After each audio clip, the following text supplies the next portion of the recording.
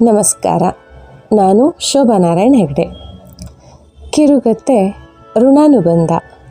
ಸಾಹಿತ್ಯ ಪರಿಕಲ್ಪನೆ ಧ್ವನಿ ಶೋಭಾ ನಾರಾಯಣ್ ಹೆಗ್ಡೆ. ಕತೆ ಋಣಾನುಬಂಧ. ಸುಮತಿಗೆ ಮಗನ ಸ್ಥಿತಿ ನೋಡಿ ಅಳು ಒತ್ತರಿಸಿ ಬರುತ್ತಿತ್ತು. ಎದೆಯೆತ್ತರಕ್ಕೆ ಬೆಳೆದ ಹುಡುಗ ತಾನಾಯಿತು, ತನ್ನ ಕೆಲಸವಾಯಿತು ಅಂತ ಇದ್ದವ ಈಗ ಪ್ರೀತಿಯ ಬಲೆಯಲ್ಲಿ ಸಿಲುಕಿ ಒದ್ದಾಡ್ತಿದ್ದಾನೆ. ನೋವಲ್ಲಿ ನರಳುತ್ತಾ ಇದ್ದಾನೆ. ಪಾಪ ನನ್ನ ಕಂದ. ಸುಮತಿಯ ಮನಸ್ಸು ಮಮ್ಮಲ ಮರುಗಿತು. ಅಂಕಿತ್ನನ್ನು ನೋಡಲಾಗದೆ ಅಲ್ಲಿಂದ ಎದ್ದು ಹೊರ ನಡೆದಳು. ಅಷ್ಟರಲ್ಲಿ ಗಂಡ ಸತೀಶ್ ಒಳಗೆ ಬರುವುದು ಕಾಣಿಸಿತು. ಓಡಿ ಹೋಗಿ ಗಂಡನನ್ನು ತಬ್ಬಿ ಅಳತೊಡಗಿದಳು ಸುಮತಿ. ಹೇ, ಯಾಕೆ ಅಳ್ತಾ ಇದೀಯಾ?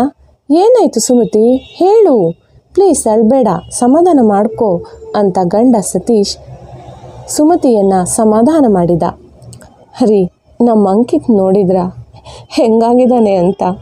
ಅವನ ನೋವು ನೋಡೋಕ್ಕಾಗೋಲ್ಲ ನನಗೆ. ಒತ್ತರಿಸಿ ಬಂದ ದುಃಖವನ್ನು ತಡೆ ಹಿಡಿಯುತ್ತಾ ಹೇಳಿದಳು. ಅಲ್ಲ ಕಣೆ, ಮಗ ನೋವು ಅನುಭವಿಸುತ್ತಾ ಇದ್ದಾನೆ ಅಂದರೆ ನಾವು ಅಳುತ್ತಾ ಕೂತ್ರೆ ಅಂಕಿತ್ನ ಒದ್ದಾಟ ನರಳಾಟ ನಿಲ್ಲುತ್ತಾ? ಅವನಿಗೆ ಬುದ್ಧಿ ಹೇಳಬೇಕು ಕಣೆ, ತಿಳುವಳಿಕೆ ನೀಡಬೇಕು. ಅದು ಬಿಟ್ಟು ನೀನು ಈ ಥರ ಗೋಳಾಡ್ತಾ ಇದ್ದರೆ ಏನು ಚೆನ್ನ ಹೇಳು? ಎಲ್ಲ ಅವರವರ ಹಣೆ ಬರಹದಲ್ಲಿ ಆ ಬ್ರಹ್ಮ ಏನು ಗೀಚಿದಾನೋ ಅದೇ ಅನುಭವಿಸ್ಬೇಕಲ್ವಾ? ಋಣಾನುಬಂಧ ರೂಪೇಣು ಪಶುಪತ್ನಿ ಸುತಾಲಯ ಕೇಳಿಲ್ವ ನೀನು? ಹೋಗು, ಸಮಾಧಾನದಿಂದ ಅವನಿಗೆ ಬುದ್ಧಿ ಹೇಳು.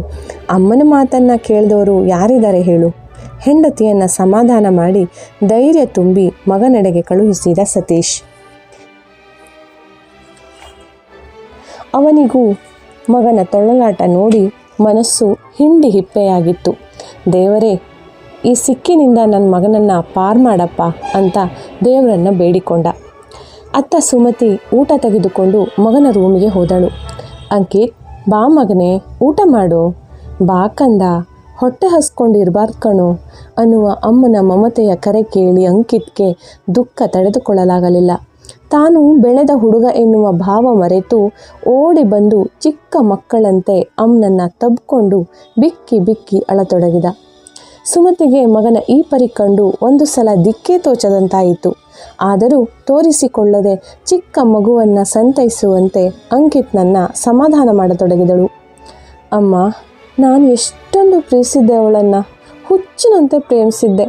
ಆದರೂ ನಾನು ಪ್ರೀತಿಯನ್ನು ಹೊಸಕಿ ಹಾಕಿ ಹೋಗ್ಬಿಟ್ಲು. ನನ್ನ ಹೃದಯವೇ ಛಿದ್ರವಾಗಿದೆ ಅಮ್ಮ. ಏನು ಮಾಡಲಿ ಹೇಳು? ಏನೂ ಬೇಡವಾಗಿದೆ ನನಗೆ.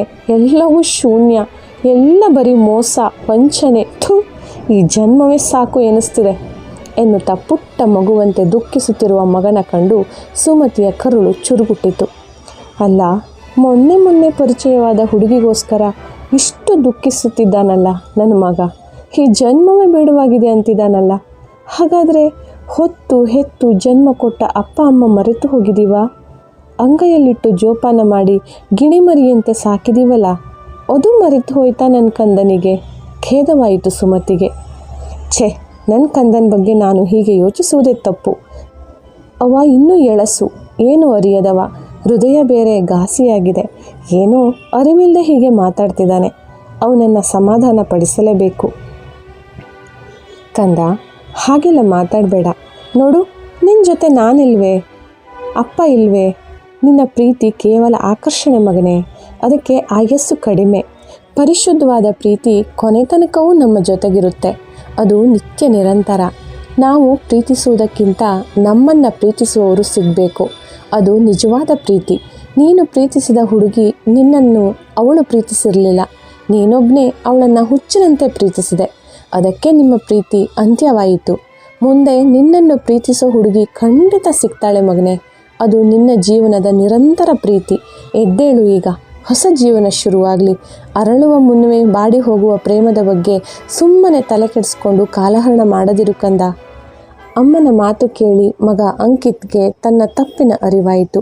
ಹೌದು ಅಮ್ಮ, ಇಂಥ ನಶ್ವರದ ಪ್ರೀತಿ ನನ್ನ ಬದುಕಿಗೆ ಬೇಡ. ನನಗೆ ಶಾಶ್ವತವಾಗಿ ನನ್ನ ಬಾಳಲ್ಲಿ ಉಳಿಯುವ ಪ್ರೀತಿ ಬೇಕು. ಅದಕ್ಕಾಗಿ ಕಾಯುತ್ತೇನೆ.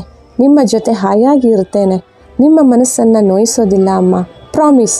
ನನ್ನ ಬದುಕಲ್ಲಿ ಖುಷಿಯಾಗಿ ಸಾಕ್ತೇನೆ, ಯಾವ ಏರಿಳಿತಕ್ಕೂ ಒಳಗಾಗದೆ ಅನ್ನುತ್ತಾ ಮಗ ಊಟದ ತಟ್ಟೆ ಹಿಡಿದು ಊಟ ಮಾಡತೊಡಗಿದಾಗ ಸುಮತಿಯ ಮನಸ್ಸಲ್ಲಿ ಗಂಡ ಸತೀಶ್ ನುಡಿದ ಅದೇ ಮಾತು ಋಣಾನುಬಂಧ ರೂಪೇಣು ಪಶುಪತ್ನಿ ಸುತಾಲಯ ಮತ್ತೆ ರೆಂಗುಣಿಸಿತು. ತನ್ನ ಬದುಕಲ್ಲೂ ಹೀಗೆ ಅಲ್ಲವೇ?